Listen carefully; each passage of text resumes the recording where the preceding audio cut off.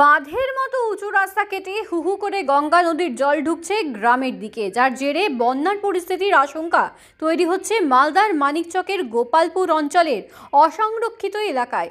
স্বাভাবিকভাবেই চরম আতঙ্কে দিন কাটাচ্ছেন এলাকার সাধারণ মানুষ। জানা গেছে, মানিকচক ব্লকের গোপালপুর অঞ্চলের গঙ্গার ভাঙন কবলিত উত্তর ও দক্ষিণ হুকুম তটোলার অসংরক্ষিত এলাকার বাঁধের মতো উঁচু একটি রাস্তা ছিল। রবিবার রাতে সেই রাস্তা কেটেই গঙ্গার জল হু হু করে ঢুকতে শুরু করেছে গ্রামের দিকে।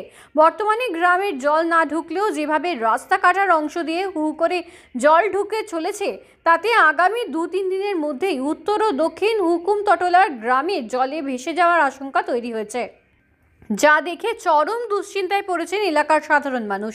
আতঙ্কে তাদের রাতের ঘুম উধাও হয়েছে। বনবাসী হওয়ার আশঙ্কা গ্রাস করছে তাদের। এলাকাবাসীর বক্তব্য, রবিবার রাতে রাস্তায় উঁচু অংশ কেটে গঙ্গার জল গ্রামের দিকে ঢুকতে শুরু করার পরেই সেচ দপ্তরের পক্ষ থেকে বালির বস্তা ফেলে জল আটকানোর চেষ্টা হচ্ছিল, কিন্তু তাতে কাজ হয়নি। রবিবার রাত থেকে এখনো পর্যন্ত নদীর জল ঢুকেই চলেছে। এই পরিস্থিতি চলতে থাকলে আগামী 2-3 দিনের মধ্যে গোটা এলাকা জলে ভেসে যাবে, তারা বনবাসী হবেন। তাই প্রশাসনের কাছে জল আটকাতে উপযুক্ত পদক্ষেপ গ্রহণের দাবি জানাচ্ছেন তারা।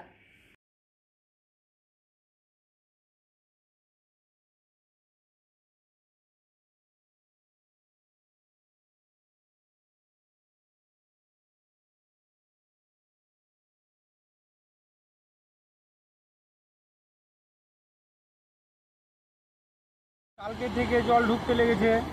এখন বস্তার কাজ আজকে চালু করলো, যেহেতু 2-3 দিন আগে থেকে করা দরকার ছিল, কিন্তু এখন করতে লাগলো। এগুলো জল কোথায় ঢুকছে? জল এই তো চলে যাবে আমাদের, এই ঢুকতে ঢুকতে আমাদের গ্রামে চলে যাবে। কোন গ্রাম? এই তো আমাদের গোপালপুর গ্রাম। আচ্ছা, এই গ্রামে এখন ধরে নাও সবার বাড়ি ঘর ডুবে যাবে। এখন সবার ছোট ছোট ছেলে মেয়ে, বাবা মা আছে, বয়স্ক বাবা মা, সবাইকে নিয়ে এখন কোথায় যাবে? এখন এরকম করে কাজ করে কি হচ্ছে? কিছুই হয় না।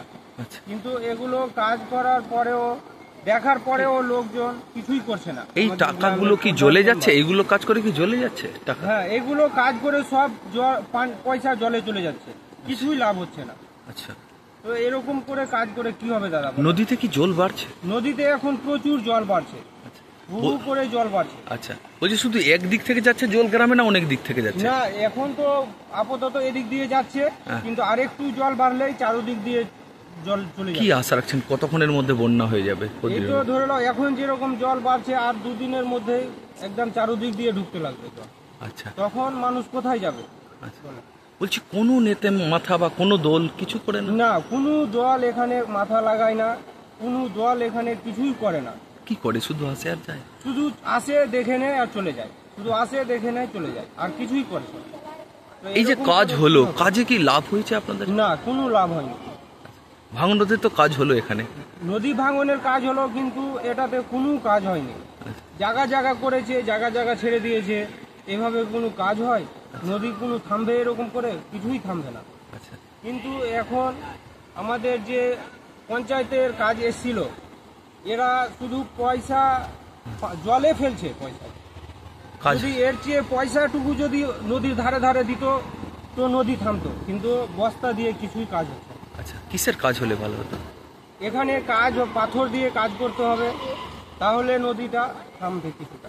আচ্ছা, বলছি কি দাবি রাখছেন আপনারা? আমরা দাবি রাখছি এখন যে এখানে পাথর দিয়ে ভালোভাবে কাজ হোক। রাত কিভাবে কাটছে? রাত চিন্তিত কাটছে দাদা, কি বলবো, রাত্রে ঘুম হয় না, কখন জল চলে যাবে কোনো গ্যারান্টি নাই। আপনার নাম? আমার নাম সিটু হক, বাড়ি? বাড়ি গোপালপুর।